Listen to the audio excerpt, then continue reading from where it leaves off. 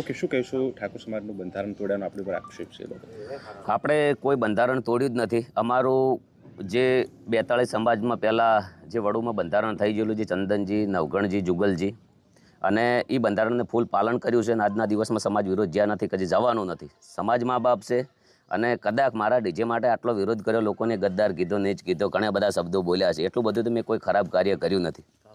હા, કદાચ આટલો બધો મારો વિરોધ કર્યો છે એટલો કદાચ દારૂનો કર્યો, દારૂ બંધી હોત, કદાચ 150 મકાન તૂટે ને ઈ દાડે સાહેબ આટલા બધા સમાજના ઉભા રહ્યા હોત ને તો કદાચ બિલકુલ તકલીફ ના પડત. કેમ કે એ વખત બેન દીકરીઓને નાવા ધોવાની, ખાવા પીવાની ખૂબ તકલીફ પડી છે. સમાજના લોકો અમુક છે, ખાલી મેન ખાસ આવા કોઈ મુદ્દા હોય તો પકડીને આવી જાય છે. કોઈ દવાખાનામાં કોઈ જગ્યાએ હાજરી નથી હોતી, કોઈ સમાજ ઉપર તકલીફ પડે તો ખાસ કરીને નથી જતા. આ વસ્તુ છે. જે લોકો આજે ભેગા થવાની વાત છે, બાબતે આપનું શું કહેવું? એ અમારા ગામવાળા 2 3 4 જણા છે, એમને કોઈ મિટિંગ કરી નથી, કોઈ ગામનું આયોજન કર્યું નથી, ડાયરેક્ટ એમને બોલાવી દીધા. કદાચ ગામ ભેળા થઈને આયોજન કર્યું હોત, પહેલી મિટિંગ કરી હોત તો કદાચ આનું પાલન બી રહી શકત.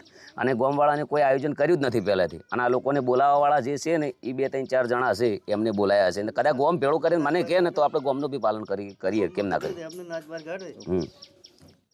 અને બંધારણ તો 3 જિલ્લા માટે કેમ, આખી સમાજ માટે હોવું જોઈએ. બધી જગ્યાએ ગાંધીનગર છે, અમદાવાદ છે, વિસનગર, વડનગર, ઘણી જગ્યાએ, બધી જગ્યાએ ડીજેના પ્રોગ્રામ બી ચાલુ છે. અને 3 જિલ્લા માટે જ કેમ હોવું જોઈએ, તો બધા માટે હોવું જોઈએ. અમારા બનાસકાંઠાના જે કલાકારો છે, જે પાટણ વિસ્તારના છે, સરસ્વતીના એ સાઉન્ડ રિધમવાળા, એ લોકોને ઓલરેડી ગાંધીનગર, અમદાવાદ બાજુ તો જમીનના મિલકતના ભાવ બી ડબલ છે કે એ લોકો વ્યવસ્થિત બી કરી શકે. અને અમારા બાજુ તો એકદમ આ લોકોને રાત દિવસની મહેનત કરેલી છે સાહેબ. તો આ લોકો મને ફોન કરે છે, જે 15 15 20 20 વર્ષ જાય છે.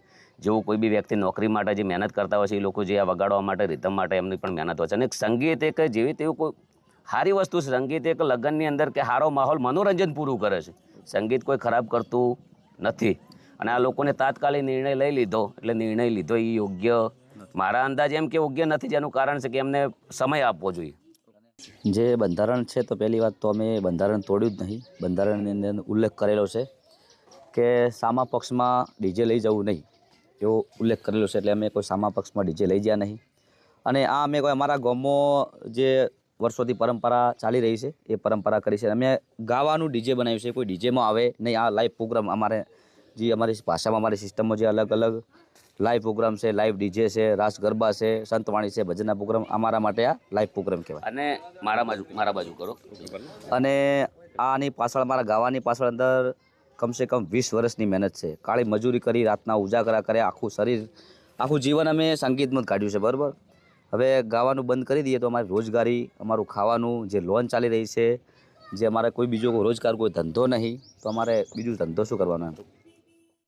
ઓકે, શું કહીશું આ ગામમાં બંધારણનો ઉલ્લંઘન? બંધારણ તો સાહેબ એવું છે, પહેલાં તો બધા આગેવાનો નમસ્કાર. એવું કહેવાનું છે કે અમારો ભાઈ 4 5 દાડા ફરીને બધે કીધું હતું, બરાબર. પણ અમારે 2 3 આગેવાનો કીધું કે આપણે કોઈને કોઈ કરવું નથી, તમારે જે કરવું હોય તમને છૂટશે, એવું કીધું. પછી આ ભાઈએ અમને પૂછ્યું નથી કે આપણે શું કરવું એમ. અને ડાયરેક્ટ એને પછી અમને તો ખબર નથી હોતી, તેમને એમ જતા. પણ મહાકાળી અમારે ડીજે પડ્યું, પછી અમે હંગાત જ્યાં બધા, બરાબર. આવું થયું છે, બીજું કોઈ થયું નથી. આગેવાને કીધું કે તમે તારી કોઈને ભેગા નથી કરવા, તમારે જેમ કરવું હોય એમ કરો, મિટિંગ કોઈ કરવી નથી. ને ભાઈ અમારે 2 દાડા ફર્યો કે મારે ડીજે બોનું આલેલું છે, તો હું બધા ભાઈઓને ભેગા કરું. તો એમને ના પાડી કે આપણે કોઈને ભેગા કરવા નથી, બરાબર. તમારે જે